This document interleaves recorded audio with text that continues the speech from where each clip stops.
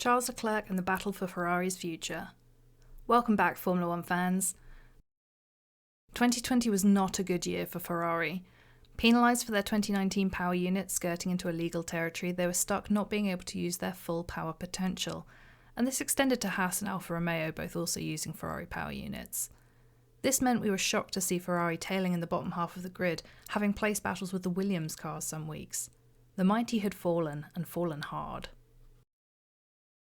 Ferrari's drivers last year handled this differently.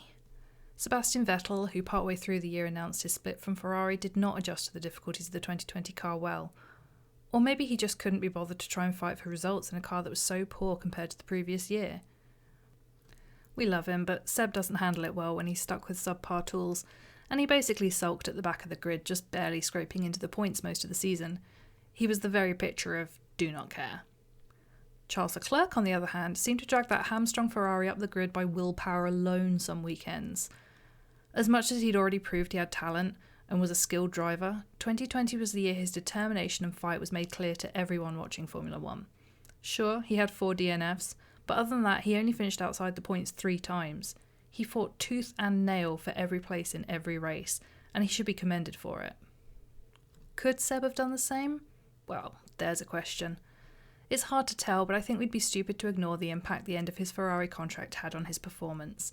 He's already suffered a couple of years of fighting Lewis Hamilton for the championship and being knocked back each time, so to be stuck in a weak car knowing that he wasn't going to be driving with them next year, there's no doubt he wasn't giving it as much as he could have. But could he have matched Charles's constant determination and drive? Possibly not. We'll never know for sure, but I suspect not. Charles Leclerc has gone over extremely well with the Tifosi. He's young, he's handsome, he's charming, he's a big draw to Ferrari, and undoubtedly has won a lot of newer fans to the team. He's also been through a lot in his time getting to the top of the motorsport game. In 2015, his godfather and F1 driver Jules Bianchi passed away following a horrific crash at the 2014 Japanese Grand Prix. The two were close, and Charles clearly looked up to his godfather, and as a driver himself has made a point of dedicating races to Jules. In 2017, Charles's father died after a long illness, aged just 54. Charles was racing in Formula 2 at the time, and the following weekend he went on to win the race at Baku. Then in 2019 we lost F2 driver Anton Hubert, a friend of several of the drivers on the grid and an especially close friend of Pierre Gasly and Charles Leclerc. Anton's crash happened in the F2 race on Saturday, and the next day Charles would win his first Formula 1 victory and dedicate it to Anton. Charles has proven he can complete stellar drives even in his lowest hours. Knowing this, there was no way a little issue like an underperforming power unit was going to stop him doing everything he could to win points.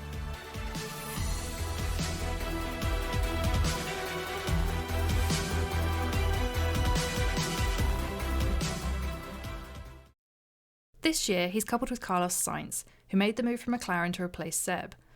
Carlos is another young, good-looking driver who is popular with fans, but who also has a real drive and a hunger for success. With all the driver lineup changes for 2021, there's been rampant gossip guessing which teammates will turn into rivals. Ricciardo and Norris, Verstappen and Perez, even Vettel and Stroll. But speculation on the Ferrari side seems a little quieter. This is because, while early days, the Monegasque and the Spaniard do seem well matched. They may be young, but between them they have plenty of professional experience, and both have families who are long entrenched in racing. They both have proven they have sensible heads on their shoulders, and they aren't bringing their egos to the table in team meetings. They are united in their desire to bring Ferrari back to the top of the grid, to be genuine contenders for the Constructors' Championship, and that seems at the moment to take precedence over their goals as individuals.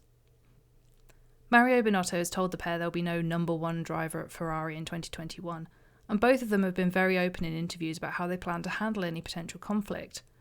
Given the battle between Seb and Charles got quite feisty prior to Seb's leaving, the questions come up in interviews. What happens if the two of you have a collision or incident on track?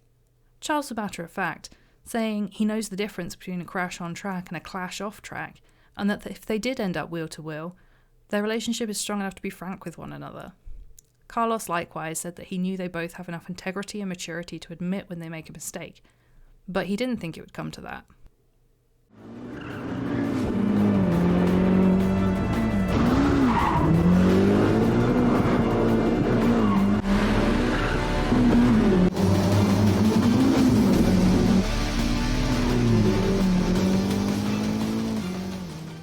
Charles also let on that he spent more time with Carlos pre-season than any other teammate he's had, which bodes well for their partnership, though fans of the Carlando bromance will be shedding a tear. This is clearly a really solid team that Ferrari have for 2021, and the Tifosi are here for it. Which brings us back to the car and the Ferrari power unit. Is it good enough for Ferrari's aspirations this year? As of right now, not quite. The performance in Bahrain was solid, but not enough to put them in contention for a podium, though Charles gave it his all. Carlos didn't quite manage to get as much from the car, but this could be excused by him still getting used to the new car and team, and he still finished in the points. While they may not be getting trophies quite yet, I suspect they may start creeping up there with a few podiums as the year goes on. Charles has got on the record saying that P3 in the Constructors is reachable for Ferrari this year, and who am I to argue with him? It'll be a fight, and they will have to improve on their performance in Bahrain, but with a driver as determined as Charles Leclerc behind the wheel, it's definitely possible. What do you think? Did Ferrari make the right decision to swap Seb for Carlos?